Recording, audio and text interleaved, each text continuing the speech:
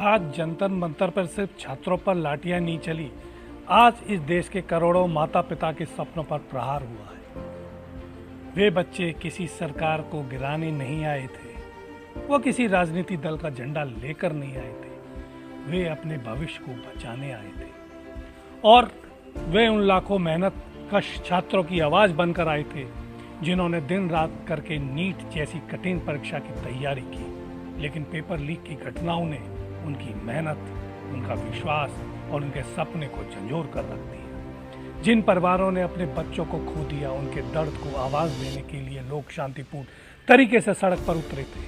उनकी मांग सिर्फ इतनी थी कि शिक्षा व्यवस्था में जवाबदेही तय हो, दोषियों पर कार्रवाई हो और शिक्षा मंत्री धर्मेंद्र प्रधान नैतिक जिम्मेदारी लेते हुए इस्तीफा दें। लेकिन सरकार ने उनकी बात सुनने के बजाय उन्हें डराने का रास्ता चुना। सवाल पूछने वालों को जवाब नहीं मिला, मिली तो सिर्फ लाठियां। लोकतंत्र में जब विद्यार्थी अपनी बात रखने निकले और उन्हें बल प्रयोग का सामना करना पड़े, तो यह सिर्फ छात्रों की हार नहीं, लोकतांत्रिक मूल्यों की भी हार है। सबसे बड़ा सवाल उन लोगों पर है जो कार्रवाई करते हुए दिखाई दिए, लेकिन जिनकी पहचान स्पष्ट नहीं थी।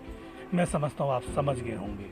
सोशल मीडिया पर सामने आए कई वीडियो में कुछ लोग सिविल ड्रेस में दिखाई देते हैं। यदि वे कानून लागू करने वाली एजेंसियों का हिस्सा थे, तो उनकी पहचान और जवाबदेही स्पष्ट क्यों नहीं थी? यदि नहीं थे, तो वो कार्रवाई में कैसे शामिल हुए? जिन अधिकारियों को कार्रवाई करनी थी, उनमें से कई के नेम प्लेट स्पष्ट दिखाई नहीं दे रही थी। लोकतंत्र में बल प्रयोग करने वाले हर अधिकारी की पहचान सार्वजनिक और जवाबदेही होनी चाहिए।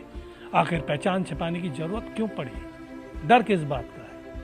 सरकार से पूछना देशद्रोह नहीं है, शिक्षा बचाने की मांग करना अपराध नहीं है, अपने बच्चों के भविष्य के लिए आवाज उठाना लोकतंत्र का अधिकार है। अगर पेपर लीक हुआ है, अगर लाखों छात्रों का भविष्य दांव पर लगा है, तो सबसे पहले जवाब सरकार को देना चाहिए, ना कि छात्रों को डंडे से चुप कराना चाहिए। याद रखिए, जिस देश में छात्रों की कलम से ज्यादा लाठियों की आवाज सुनाई देने लगे, वहां भविष्य कमजोर होने लगता है। सत्ता की असली ताकत जनता का विश्वास होती है, डर नहीं। सवालों का जवाब तर्क से दीजिए, पारदर्शिता से दीजिए, जवाबदेही से दीजिए, लाठियों से मत दीजिए, मत दीजिए, मत दीजिए। देश के बच्चे किसी सरकार की प्रजा नहीं है, भारत का भविष्य।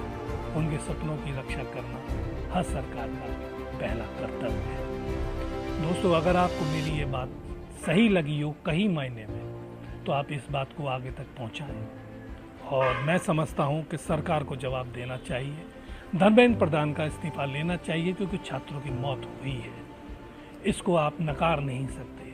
और जो जंतर मंतर पर लाठियां बरसी हैं, इनको भी आप दरकिनार नहीं कर सकते। इन्हीं सब सवालों के बाद मैं राघवेंद्र पांडव इजाज़त लेता हूँ। नमस्कार, जय हिंद, जय भारत।